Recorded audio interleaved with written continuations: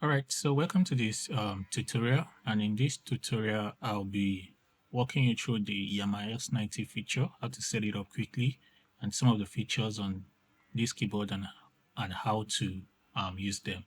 Now on the front panel, this is an 88 keys keyboard, just like you can see, and it has some great features. It can dual up to 4 voices. It has the voice mode, the performance, and the master, in which we'll not be really going into details with the master. So on the front panels, you have this, your dialer, you have the basic features. Now this might look intimidating at first, but by the time we go through every of the features, you understand it much more better. Now we'll go through the first mode, which is the voice mode. Now when you turn on this keyboard, it will most likely be on the voice mode, just like you can see. Now on the voice mode, you just have just a voice you can use, and this is suitable if you just want to play something quick without doing much. So this is the basic sound, and there are various piano sounds in which you can choose from. Now, how do you access this voice? Now, a lot of people say, okay, the first way to access voice is to go to category, and when you go to the category, you can select from each of those features. Now below, you have the A piano, keyboard, organ, guitar, bass, strings, brass, reed, synth lead, and all of that. Now when you hit the category button, you have the ability to select from each of the bank in which you want to select from based on what you're looking for. So basically, if you're looking for a keyboard sound, you just, after the category search is on, you hit the keyboard. Then you have various keyboard sounds you can choose from. For example, this sound. Now, if you're wondering how I got there, is once I hit the category search, I press the keyboard and I use this scroll wheel to scroll through any sound I want, or you could also use the button below. This is much more noisy, and so I prefer using this. So you could just scroll to any sound you want. In this case, vintage 74. And once you're done with the sound is already there, as you can see. Now, if you want to go to the major screen so you could see things much more clearly, you just click on the enter, and now you have the major screen that you can see. Now, on this screen, you have the play button, and you have the portal, the EG. This is more of like altering the attack and all of that. I'll come to that shortly. Now, to go back to any point where you are, you have to just follow this. Now, this play is underneath here. So if I press this F1, it will take me back to the play. Now you can see on F2, there's nothing, F3, nothing. And here F4 is underneath this portal. So if I press it, it will take me to this portal. This portal is just like, it's not, I won't call it pitch bend. Maybe later I'll be able to show you what it really does. So if you want to go back to the major screen, you press display and it's going to take you back here. And if you press here, it's going to take you to where you can alter the attack, the decay, sustain, release, depth, and all of that. Now, this app feature, it's another important feature on this keyboard, in which I'll be talking about when I go to how you can play beats on this keyboard. Okay, now there are other things you need to pay attention to. Now, this pre2, pre3, GM, and all of that, a lot of people don't really know what it does. Now, let's say I'm in this voice bank, and when I scroll, you'll be wondering why it's taking me to different sound just like that, and you'll be wondering why is that like that. Why is it not the same thing when I press category search and go to a particular sound I want? Now, the reason is because when you press this pre, there are some sound combinations that have been designed on this keyboard. Now it is just going to follow that layer. So that pre is just the default combination. You can see the first sound we have here is a 3-layer, and this is the same thing as when I press 1 here. Now a lot of people don't know this. Now if I press 2, it's going to take me to the next sound, which is the soft touch, just like you can see. Now if I press 3, it's going to take me to the sound that have been kept on this preset 1. Now if I go to preset 2, you have some other sound combinations that have been here. Note, this is not layered, these are individual voices. So you have the violin sound, the solos, and all of that there also. Now, if I go to the pre-3, you see some sound combinations. And if I go to the GM, you see some sound combination. Now, that is one thing on how to select the sound. If I press 5, it's going to select the A piano here. Now, another thing you want to understand about this piano, and it applies to all Motif series that follow this layout, is that the A, B, C, D, it's not for just play, it's not just for storing data. Now, on this preset, they are grouped into A, B, C, D, E, F, G, up to H. So if I press group B, I'm having another series of combination here. Now, if I press 1, I have this chorus sound, just like you can see here. So that's just what these basically do. It's not just for saving sound. It's also for the preset and for you to be able to quickly select something and select a particular sound in the preset they've organized for you. Now, this is your volume control. Now, this is the master volume. And when you're using voice mode, all these other sliders, they can work for various things. But in this case, when you're using voice mode, it doesn't work for volume.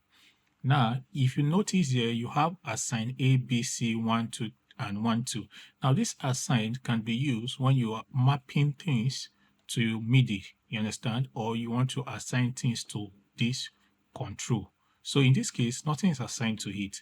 Now, if I press this function control, it's going to take me to different places. I'm going to just cover it here so that I don't have to cover it in the performance. Now, in the first slider, you have the pan.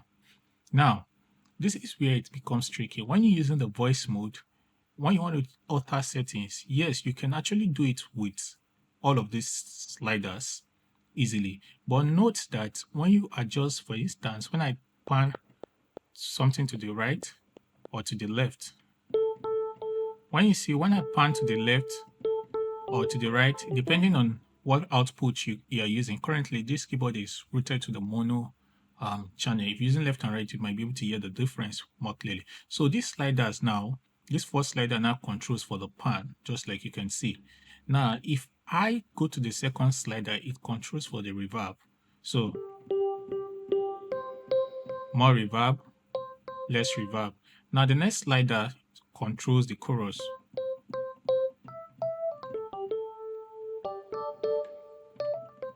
Now the next one controls the tempo. Now the tempo is going to be more handy when you're playing beats on this keyboard. Now, one thing I was trying to explain here is this. When using the sliders to control functions, the issue is that when you move to another control, it's still the same sliders you're going to use. And unlike digital mixer that reset the sliders to the initial position, this doesn't reset it to the initial position, which means you have to bring the slider down and bring it up so that it can start adjusting that value. Now look at this, it's adjusting the cut. Now the cut is just rolling off the high frequency out of the sound. So that's what the cut does. Now if I go back to the pan by hitting this till we get to the pan again, you can see the pan is still at the center, but I need to push this back to the center before it can control that function again. Now on the cut is still at where it is, but I will need to move these sliders to control it. Now we have the resonance. The resonance is just boosting resonance frequency. So you can see when I drop the resonance, then the attack.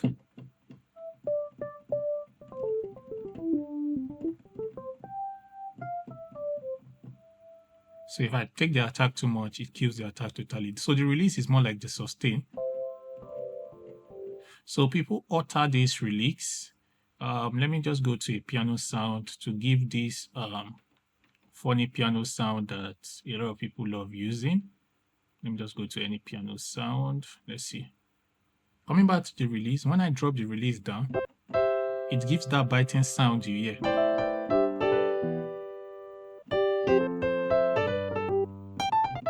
Yeah, a lot of people like that sound, but I personally, I don't like it. So if you like that kind of sound, that's how to fix it. Now, the assign is the next one. Now, this is just basically EQ. So the low end, if you check the manual, you'll be able to know what frequency is adjusting, but you can also use your ear. Now, this is adding more low end. To hear it well, let me go here. You can see. So I can decide to cut the low end. So the mid frequency, so I can decide to cut it a little bit. Now you can see it sounds a bit shallow. Now you could add the high mid.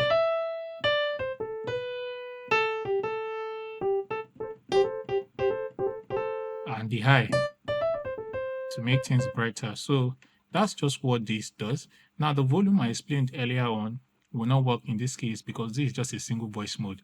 Now this zone, the last one, which is zone, works in the master mode, in which we'll not be covering here. Now, probably you like whatever sound you probably created here. To save it is very, very simple. And saving things in the voice mode applies to the same way you're going to save it in the performance. And to save any voice you like, probably if I adjusted your settings and you probably like it, you click on store and you click on enter. Now it's going to save this your voice on user A1. A lot of people don't understand how it works. Now user is where it keeps all whatever you're going to save on this keyboard. You can now decide before you save where you want to save it. Is it on 1, 2, 3, or 4, or 5? So I can just say I want to save it on, let us say, user and C. Then I want to save it on 6. Then I'll click enter. So it's saved on group 6 and C. Now the sound I saved is already there. So if I go to voice mode now and press category, now you will see any sound you save will be labeled users. You can see it C06. So it's on user. So any sound you save will be on user, while the default sound will be on pre. A lot of people don't really understand the difference.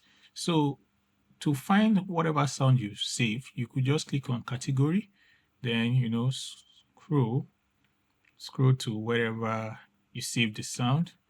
So here is the user C06. Now, the advantage of saving things and knowing where you save it is that regardless of where you are, you could actually just, let's say the keyboard is on this voice selection. If I know that I save it on user group C, then 6, I can just easily call it up just like that. So that is that about how to save on the voice mode. So earlier when I was talking about saving things the way you want, in case so that you don't have to alter the sliders up and down and don't get confused why you alter the wrong thing. There's another way you could go about it. If you click on this EG, now for example, it's going to take you to the attack, decay, sustain. Now, if you need to adjust things on the fly, it's best you use this slider control. If you move this to the left, you can go to the decay to adjust things. Now, this is going to save you from putting your sliders in different locations and get confused later.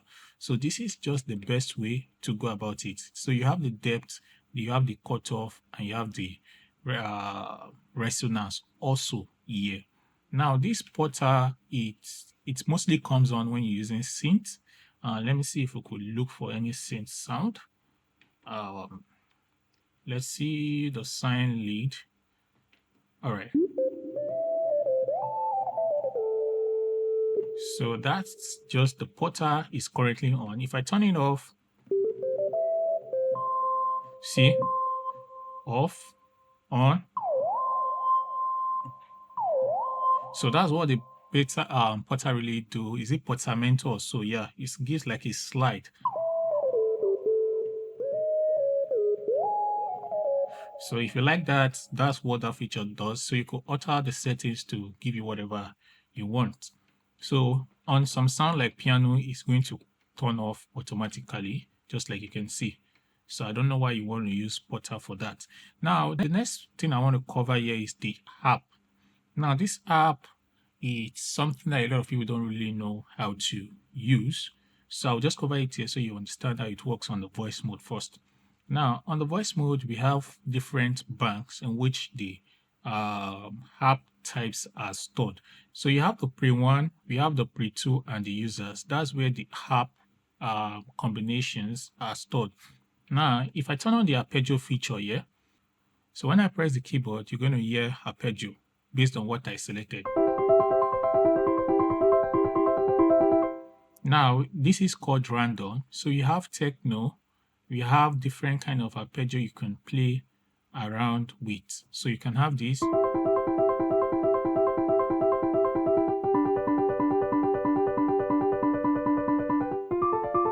Now, the arpeggio tempo can be adjusted here. Just like we adjusted it here earlier, we can adjust the tempo here to bring it down.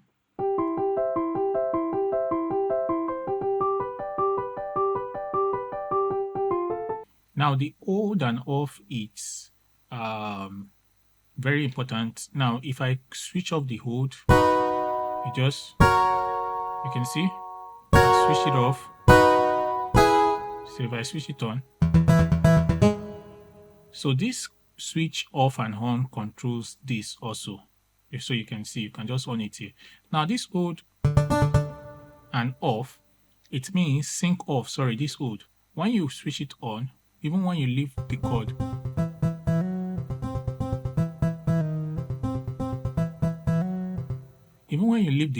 it still keeps playing. So it's something that can be useful. Now, the next thing before I leave this app feature is how to play beats on this keyboard. Now, a lot of people don't know it. Most Motif comes with beats also. So to do that, you press category, then you press drums. Now let's go to this drum rocks dry standard, for example. Now in this case, in the performance mode, I will show you how to use it with other voices, because on the voice mode, we can only use one voice. So we'll only hear just the drums. I will not be able to hear other sound. So let's say I select this rock A. Then I come to this hold and I'll just switch it on. And switch on the arpeggio.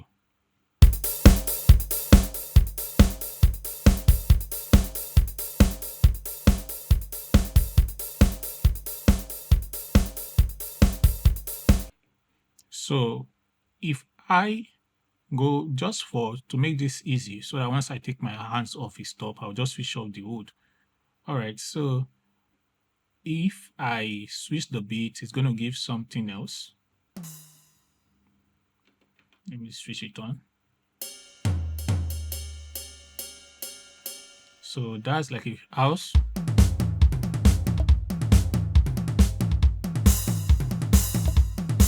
So you can just play with different notes and see what it comes up with.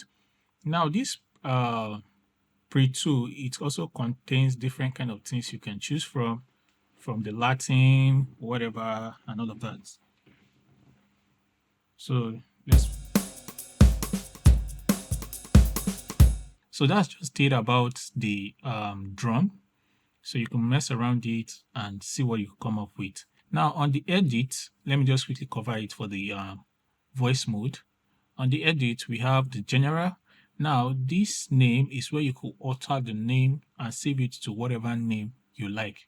So let's say go back to our initial user C and 6. Let's say I don't like this name. I want to save it with something I can relate with. I'll click on edit now and I will go to name. Then on the name, I can now change the name to whatever I like. Now if you want to see adjust each letter, just move to the letter, scroll till you see what you like. In this case, I'm not going to be doing too much. And if you want to see the list, you click on this information, then you can select whatever letter. When you see the letter you like, you just click enter, and that's going to do that for you. So that's that about the name. So we have the play mode, we have the poly and multi. So if you don't know what you're doing here, just leave it, because this actually changes based on whatever voice you select. So we have the EQ. This is just like the EQ we saw earlier on. So you can just adjust the low end. So let's say you cut off the low end and adjust the low end to whatever suits you. So that's just like the EQ we saw earlier here. So this is just trying to tell you that there are various ways to achieve things. So instead of adjusting with your sliders, you can come to the edit and adjust your EQ the way you want. Now you also have the portal here. So this portal is just like the portal we saw earlier on for the scenes in which I've explained. So you can also find the feature. Here also we have the order. Now this is where you can your pitch bend range, this +2 and -2. Currently the pitch bend is out of frame, but so it's going do re do so +2. So you can adjust it the way you want based on what you want to do. So here we also have the assign feature, in which we'll not be going to. So the output section is where you have your volume. You want to leave the volume at 127, adjust your volume with the sliders. Now you also have the pan also here. So you can see that the pan we found in this control earlier on, we can also find it here. So you can adjust the pan, center, or whatever. Now here is another important thing, which is the reverb. Now the reverb send is it will determine how much reverb you're going to hear on your sound.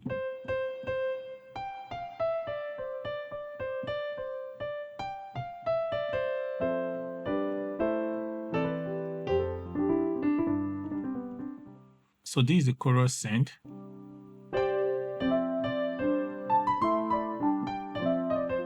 So you can drop the chorus. So if after you reduce your reverb and you are still hearing like an echo, it's not echo, or let us say more reverb, you can just reduce your chorus to the barest minimum and it's going to fix that. So that's just what the chorus does. Now this harp here, we can find it in the edit mode. Now earlier on, we brought it out from the main screen here, but on the edit is also there. So to go back, let us click play. So on the edit, we have it there also. Here's where you can also do the same thing I showed you earlier on.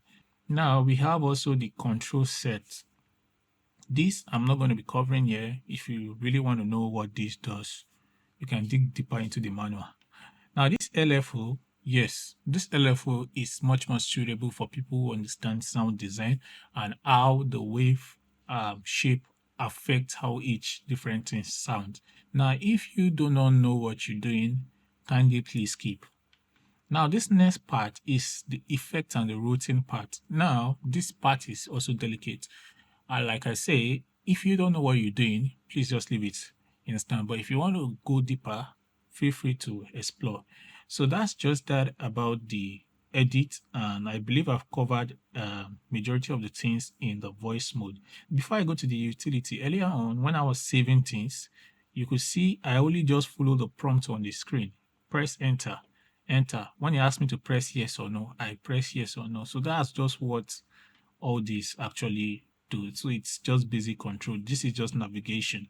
So next is the utility.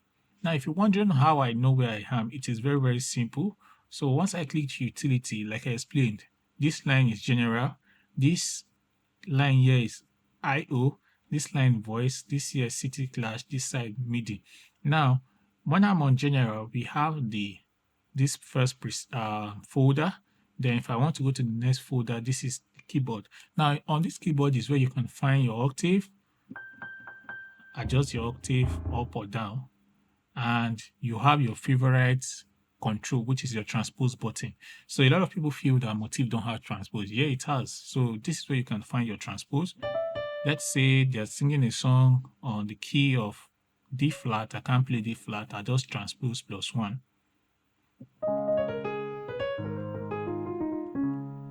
And go back. So that's what the transpose does for you. It gives you the opportunity to play on a convenient key for the various transposers. Now we have the velocity curve. Now, this velocity curve, it depends on the player. Most times I'm always comfortable with one, but if you have any reasons to change it to hard or whatever that suits you, feel free to explore.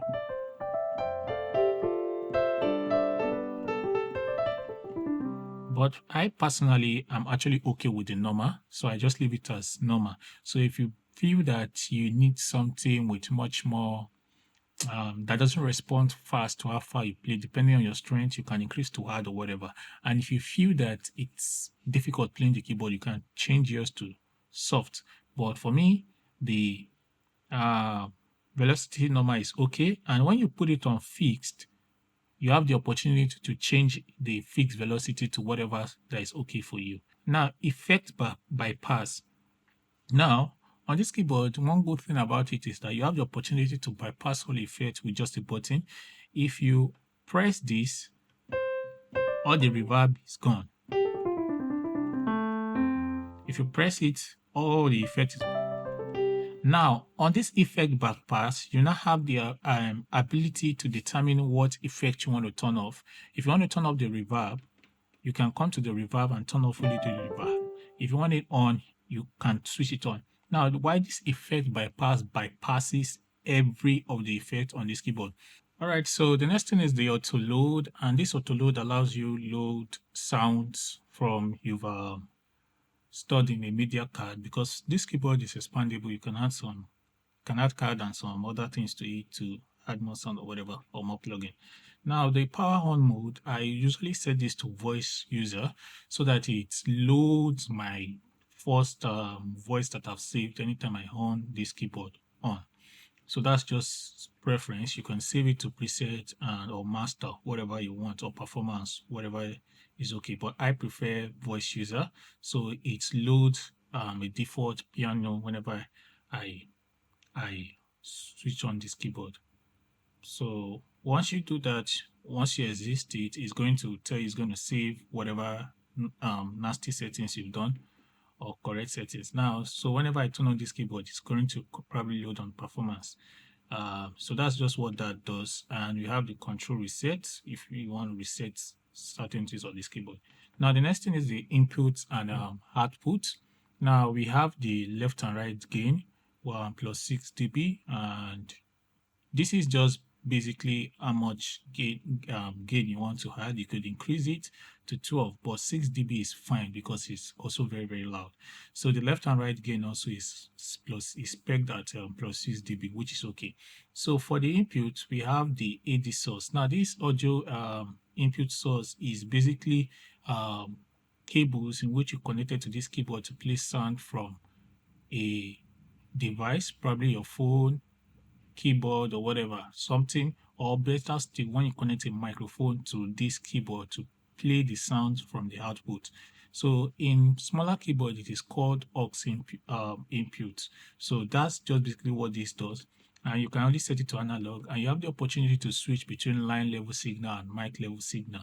So you can switch to mic if you're going to be connecting a mic with a normal TS jack, or if you're using line for probably playback or connect other instruments, you switch to line. So that's what this AD source input and output does. Now the voice mode gives you much more deeper control over the sounds on this keyboard. Now on the voice mode, you have the master EQ. Now in this master EQ section, you have the ability to choose the type of shelf you want, the frequency you want to actually alter, and the gain for each of that frequency you want to alter. Now you have the low mid, the mid, high mid, and high. Now this is a much more bigger EQ curve, and if you know what you're doing, if you already have a basic idea of production, you can alter things the way you want. But in this case, I'm just going to leave it. So if you scroll down, the Q knob is basically how much of the bandwidth of the frequencies you want to affect. So if you don't really understand what is going on here, you don't understand how basic EQ work, leave this section. Now the next one is the channel, and this I just leave it the way it is. And this here is the controller assign. Now the controller assign is where you could assign various things. This is the breadth I leave it as the breath. You understand? That's the breath control. This breath control is basically like a mouthpiece in which you attach, and you can use it to control how things sound, especially for sounds with longer release, just like saxophone and all of that. So I'm not going to go into that. We have a foot pedal, the FC1 and FC2, and we have the Express pedal. Express is mostly a volume control pedal. So if you have any of those pedal, you can connect it to the output and use it just like that.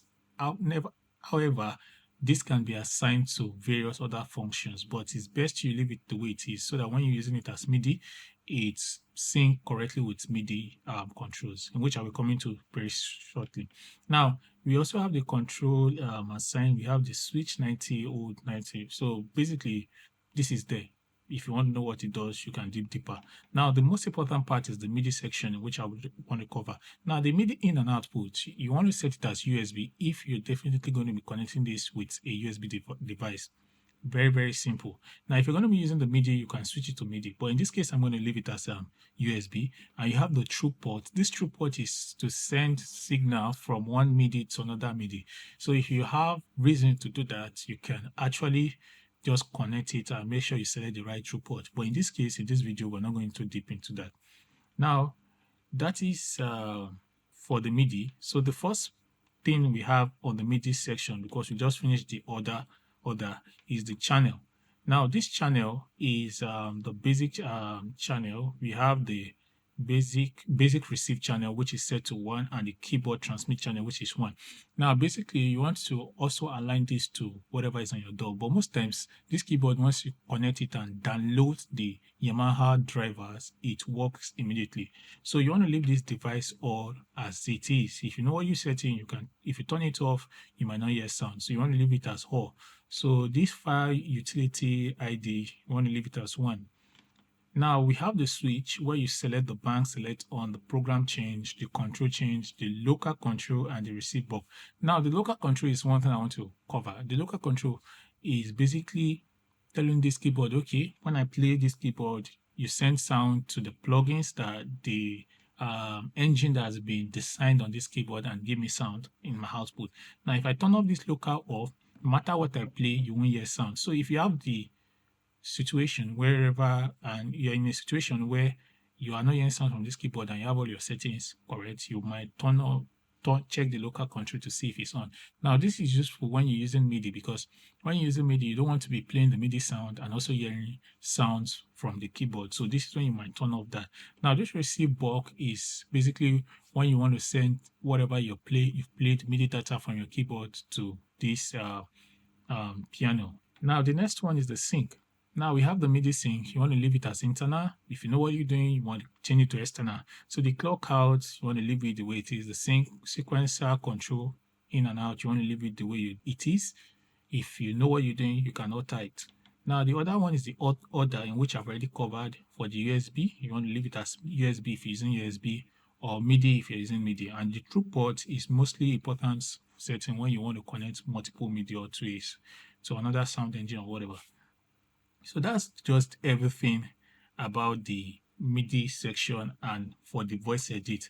Now the next one we'll be going to is the performance mode. Now in this performance mode, you have various performance that they've kept for you, which are trash, so in which you might need to configure yours. So in this performance mode is where you have the ability to layer about 4 voices and you split the keyboard into various sections the way you want.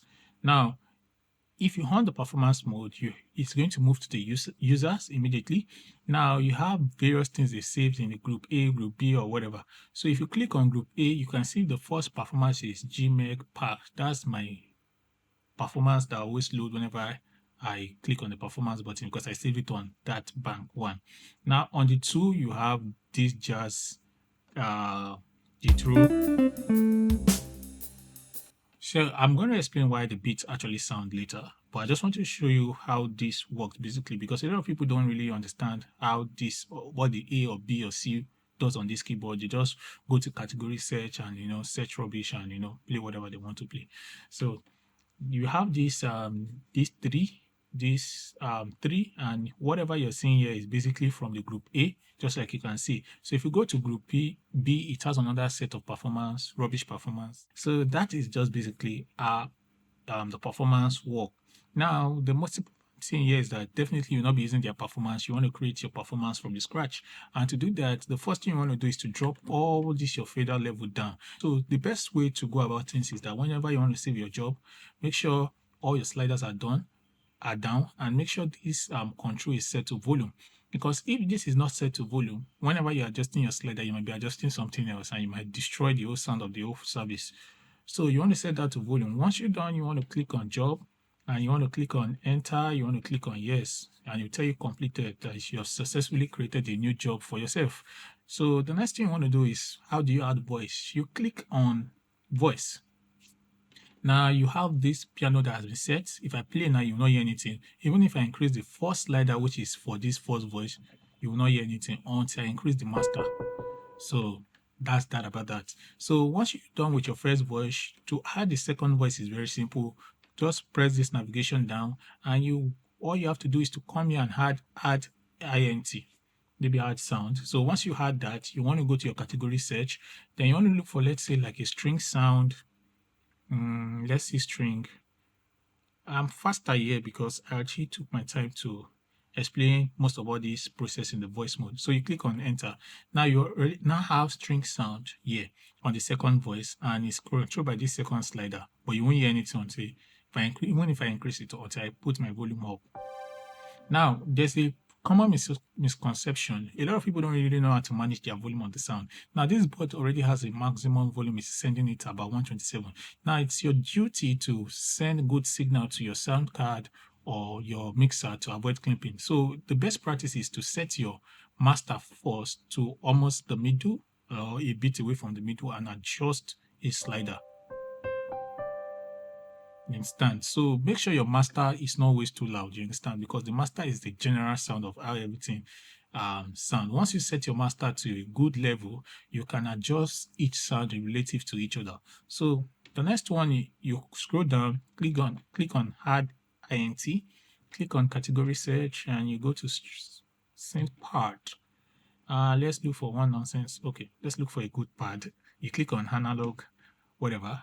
Then once you click on analog pad there, you can preview the sound like this. So that's the analog sound. So the next one, you repeat the same thing, and let's say you are going to add string. Let's look for string. All right, now we now have 4 voices, which is beautiful. Now, a lot of things that I see a lot of people do is that because your keyboard can dual 4 voices, doesn't mean you should maximize everything, especially because of polyphony issues, and it can lead to sound seizing. So if you know you need just 3 voices, just maximize 3 and keep up space so that your keyboard can perform to the optimal best.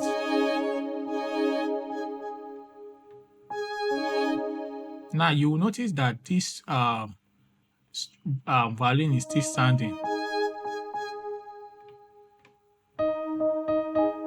So you can see what I did. I had to just reset it up and bring it down, and that fixed the issue.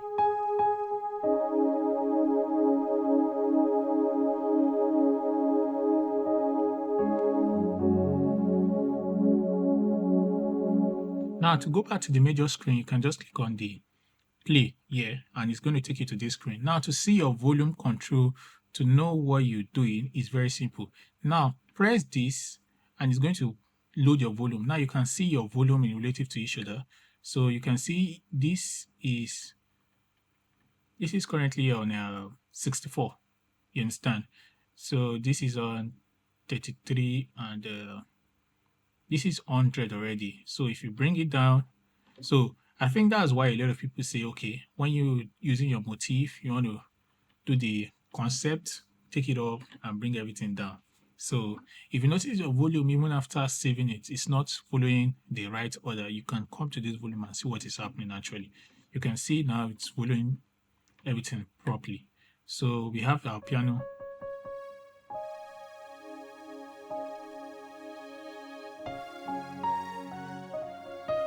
So that's how to set your voice in performance mode. Now, another thing I want to cover up in this place before we move and call it a day here, it's the limit left eye. Now, this is my look not useful, but it's very, very useful on the keyboard. Now, this is a 88 keys keyboard. For some reason, you might want to have your violin at the top. Let's say you want to have your violin at the top. Now, how do you do that? It's very, very simple. All you have to do is to limit, this is limit low. Now, when you press limit low, you can set where you want this violin to start from. Let's say I want the violin to start from here. You can see it has started from there. And the high, and let us say I want it to end here. Now, you know that this keyboard can move about 3 octaves upward. So we have the violin here now. So if I press my piano and I increase the violin,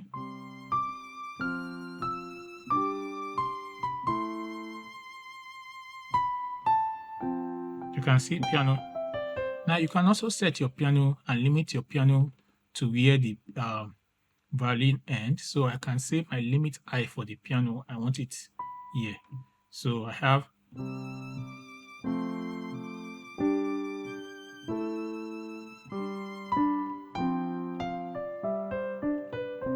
so that is just how to go about that. Now to delete whatever you did, you can just click on delete and and add it again.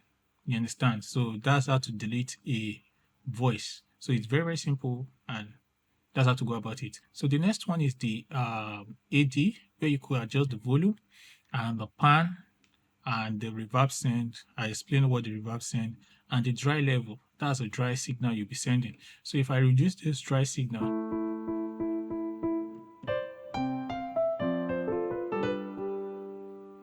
increase it. So it's more obvious if I increase this reverb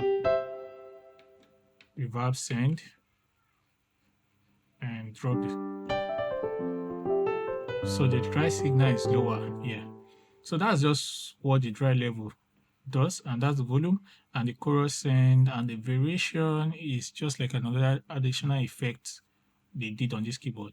Now you have the output to be selected as left and right. You can set it to assign or whatever. But the mono stereo is the mono stereo. So that's if you're sending this keyboard, if you're using just a cord to connect this keyboard, you connect it to the mono stereo port on this keyboard, and it's always labeled on the left hand side on the output. Now earlier on, I talked about using this control here to change things with the slider. Now this is where it becomes much more risky. Now because you've set your voice to various level, now by the time you get back to your voice, let me just show you.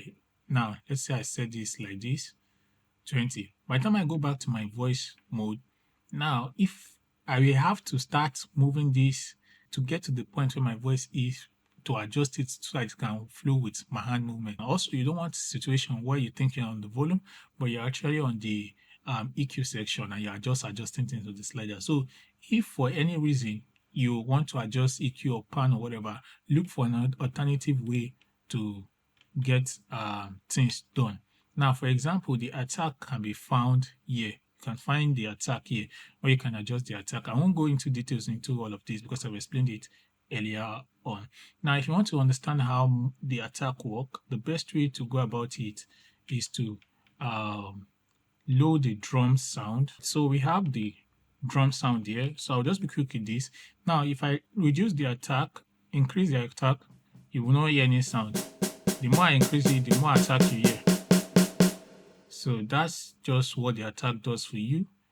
So the decay, let me move to the decay.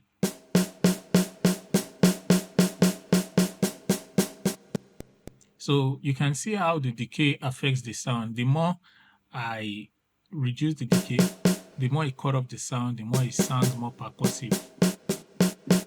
You can see.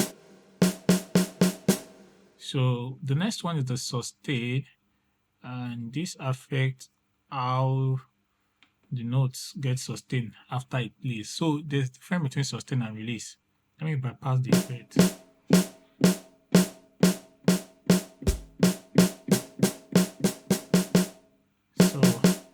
Depending on what sound you're using, you will be able to hear this much more clearly for the sustain. So the next one is release. The next one is release. So if I increase the release, Now this is going to be much more obvious for a piano sound. So this is a piano sound. If I increase the release, what you can see. So this is what they use for all this sound to get those biting sounds you hear from pianos. So let's move to the EQ. So you can drop it to 11. So if you like that sound, that's what they use to achieve that. So that's what the release does. And we have the depth. This cutoff is just like high frequency cutoff. Yeah, zero low for cutoff. So if I drop it, you can see it's affecting the high frequency. Now the next one is the resonance. The next one is the resonance. It affects the resonance of this keyboard, and it's much more effective when you're using synth sound with a lot of resonance. Now I've covered the attack and the decay. Now this Porter switch here is a bit different from that in the voice mode, because voice mode was dealing with sound. Now I'm going to explain what happens. Now we have 4 voices here. Now when I, for instance, I come here and select like a synth sound, let's say this sine lead. Now if I move to the Porter, you can see the synth sound Porter switch is also only assigned, let me include the effect back, is only assigned to the 4, which is the synth. That's what this means. It means that other sounds are not actually having the Porter sound. But to activate it for others, you can just scroll to it and scroll to on and off. It's on like this, then on. So currently it's only activated for 4. If you want to switch it on for everything, you can just click on. But if you want to switch it for a selected part, you just select the part you want to switch it on for. Now the next part is the harp section. Now to make this explanation faster, I think I already have a setup that I did that I can quickly use to explain this. Now you will notice in this setup, I have the keyboard splitted to different section. I have guitar here, analog pad here,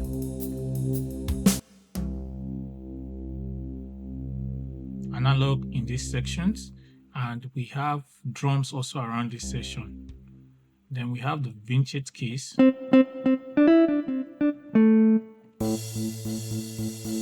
understand? We have the vintage case here. Now the most important part I want to explain is this drum. Now you'll notice that the drum was attached to these 3. This voice selection 3, and I limited it to mostly the lower side.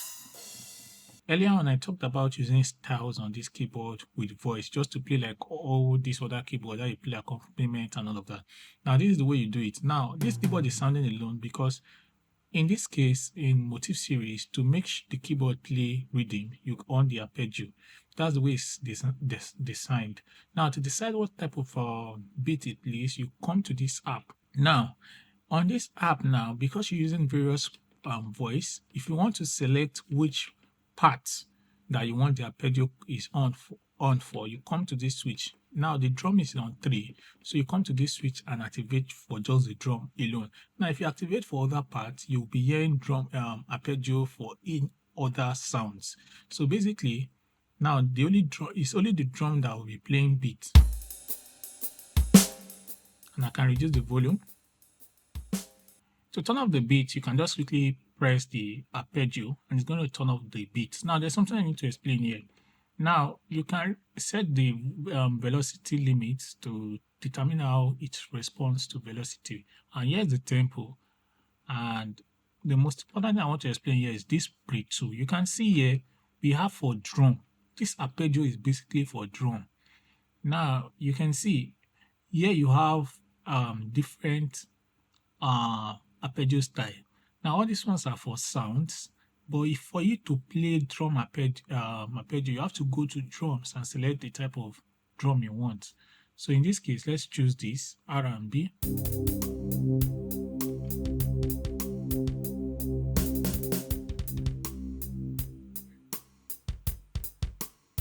So you want to set your drum to the lower area so that you don't go there. So once the reason why the drum is playing is because I have this old feature on. So if I press this drum now, you just hear drum, and the switch is off, so you won't hear anything. So if I press the switch on, you can see it's on, but once I take my hands off, it goes off. So to make sure it keeps playing, I just click on hold.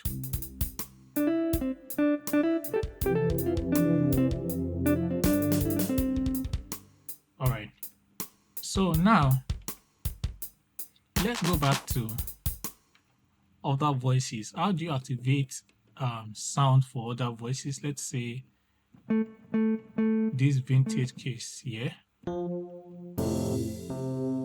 Let's say for this vintage case, let's say I want Arpeggio for this vintage case also while it's playing. What I do is to go to the app and I select the vintage case, which is on the 4. Now I go back to this. Now this is on drum actually, so I want to change it to something else. Let's say trill A.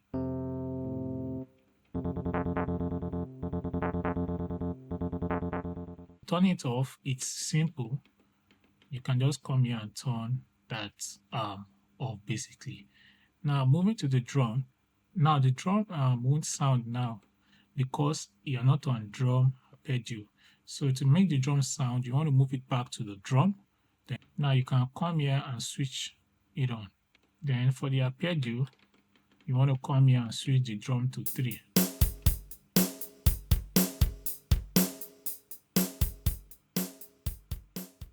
So basically that's just how the app feature works. So you can play around with it and see what you can do.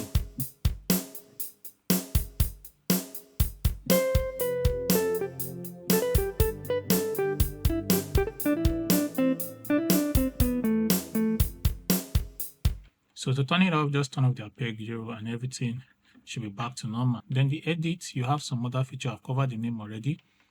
This EQ, I'm not going to cover this output. This is your reverb send and chorus send. I've covered it initially.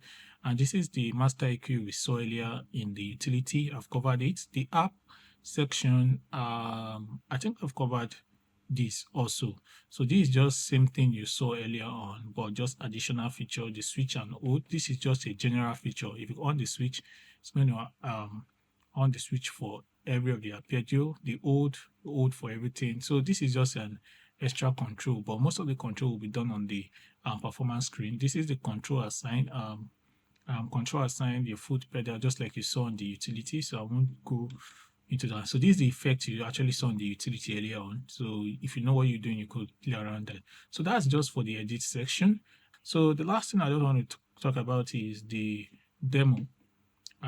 This demo sound, where you have the demo sounds on these keyboards, you click on sequential play and play the demo sound. Press stop to stop it. You have the tempo. You also have the tempo and the other features there. If you want to save any of your settings, just drop all your volume down. Check that your volumes are on 0 here also. So if you click it twice again, it's going to go out of there. So be careful, very, very careful with that assign control.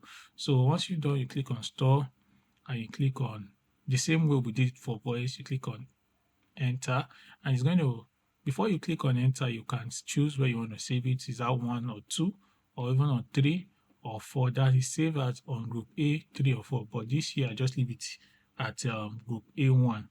So I'm not going to store this again, so you can just follow the process, and that's that. I think that's that about this keyboard. So let me just quickly cover the AD input. Now, earlier on when we were in the voice mode, I said something that the AD input is not going to work. That is the ability to send sound to this keyboard and it plays from the output together. It won't work on the voice mode. It's only going to work on the performance mode. So if you have any issues, it's not working, or your cable are not faulty, just put it on performance mode. Now, if I play any song from, let's say from the iPad or anywhere, it should sound. This AD input has a small knob you want to adjust. So once you connect your cable, the AD input has the gain, you want to adjust the gain also to something reasonable. You don't want it to be clipping. And also adjust the sound from the source also. So you can play any sound here. And